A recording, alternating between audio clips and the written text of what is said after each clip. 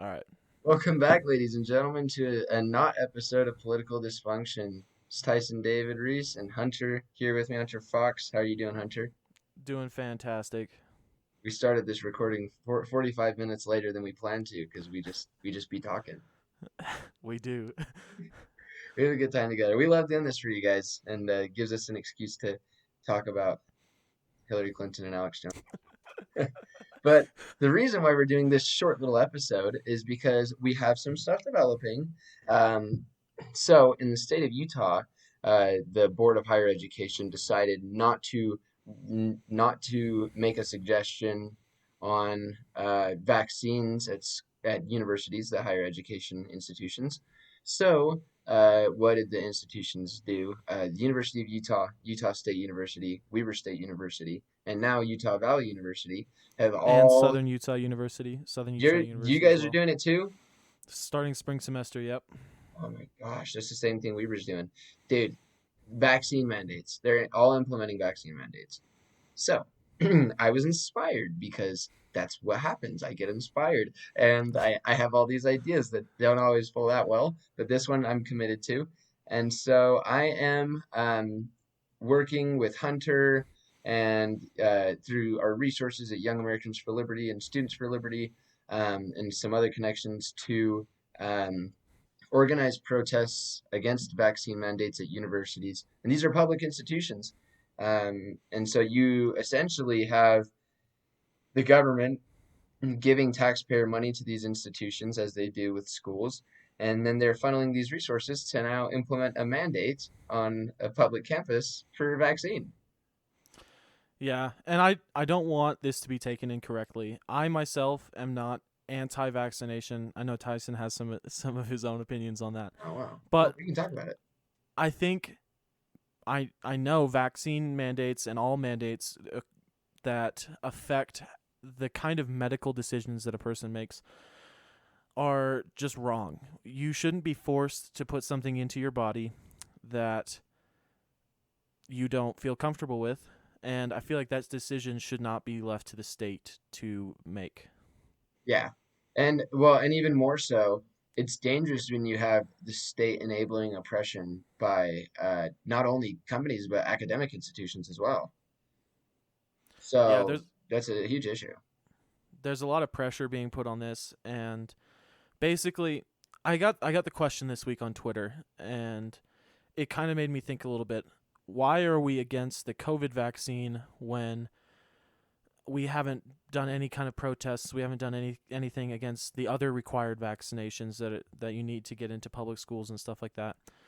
Basically, my answer comes down to a couple things. There's a few different arguments, and a few that I don't like. One being that like the vaccination hasn't been tested, or just things along that regarding this vaccine specifically, when in reality mandates are bad, period.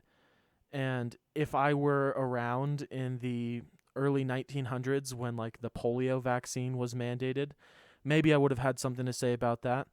But it's just common sense. And Tyson mentioned to me as well that good ideas don't need to be enforced by threat of violence, basically. And that's kind of what's going on here. Yeah. Well, actually, I stole that from the Mises Caucus.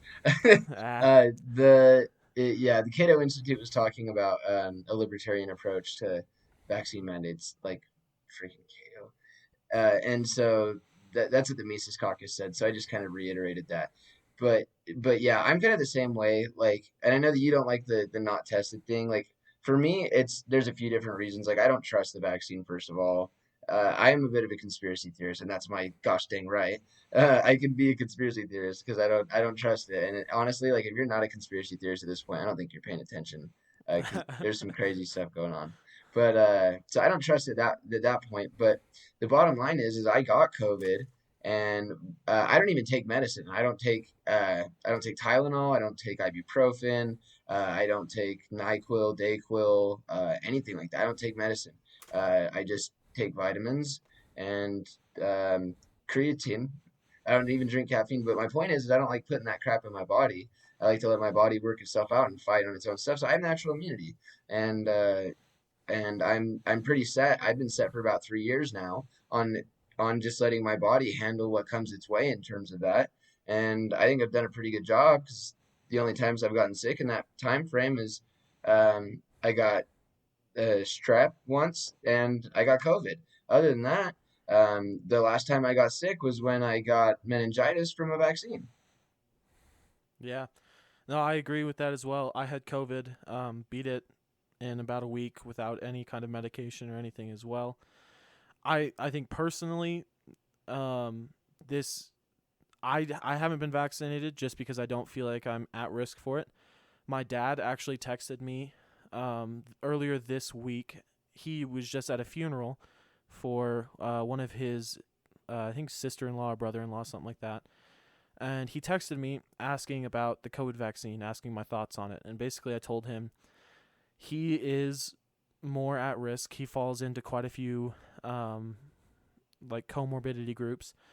And so I figured, hey, the vaccine itself might be better for you than getting COVID. And so basically, that's where I'm at. I've had COVID. It was fine. Didn't get super sick. It was basically just like a cold that lasted about 5 to 7 days for me. And so personally, I don't feel like I need it because I've had it. I still have some antibodies. And so the next time I get it, I'll beat it even quicker. And it's just not a value judgment that I'm willing to make. Yeah. Well, and that's the thing. That's the best part about it is maybe it is a better option for your dad to take his risks with the vaccine than it is with COVID. And hey, that's kind of the whole point of this, right? I mean, you get to decide that risk. But I've seen a lot more concerning things when it comes to the vaccine for myself than I have with COVID. I don't see a reason for me to get it, and this is conspiracy stuff aside. I don't like medicine. I mean, modern medicine's great, it saves people's lives. I have a hard time with the medical industry. I've always decided if I got cancer, I wasn't going to do treatments. I was just going to smoke pot and eat almond pits. Um, Yeah, and honestly, like that is your decision to make, and I applaud that. That's fantastic. I think big pharma hasn't had our best interests at heart for a very long time, and so it really logically makes sense that so many people are hesitant because of the circumstances that are around the COVID vaccine, the political pressure that it's been given, and just Pfizer paid, I think in 2010, something like that. They paid the third largest criminal fine ever paid. So kind of interesting stuff, a little bit on the conspiracy side, but look, their big pharma has a history of screwing over their clients. Yeah, well, and I'd like to knock Reagan on this show. Ronald Reagan made it illegal, or made it so that you can't sue vaccine companies if something goes wrong with the vaccine. And this is the other problem with what's going on at these schools. If you can't sue the vaccine companies if something goes wrong with the vaccines, and the school's making you get it, you think they're going to assume liability? You think that academic institution's going to assume liability? No shot. No way. That's not happening. I'll tell you what, that is not happening. So who's responsible for making you get this if something does go wrong? Right. So, guys, basically, this episode, this not episode, we're putting out an episode today as well. But the point is, we are organizing a nationwide protest. We are establishing this for August 11th, or October 11th, sorry. Um, we want, Leadership especially Institute is helping too. Leadership Institute, Yeah. Students for Liberty, Young Americans for Liberty, all these organizations, we're trying to put together the best resources that we can for you guys. But this is a grassroots thing. This is going to come from each individual. Reach out to us at RealPolydis on Twitter or realpolydis@gmail.com if you want to get involved. And we can get you the resources that we're getting. We're going to get flags, T-shirts, wristbands, all these things to try and facilitate a good protest for you guys. Yeah, and I've got a list of some stuff that um, campus and local leaders should be doing to try and get your chapters and people at your universities ready to go for this. So we have some resources that we could send your way as well to try and make it a big deal if you're like the chapter president or even if you just want to get your school involved. And anyone that goes to the University of Utah or Utah State University or Utah Valley University, let us know for sure, because right now we haven't done a ton of work into it, but we need people to set up solid groups of people there to start pushing for this. So I think SUU and Weaver will be fine with Hunter and I there, but if we get solid trio at each of those schools, then I think that we'll be able to push pretty good for that. Absolutely. We're trying to set you guys up as well as we can.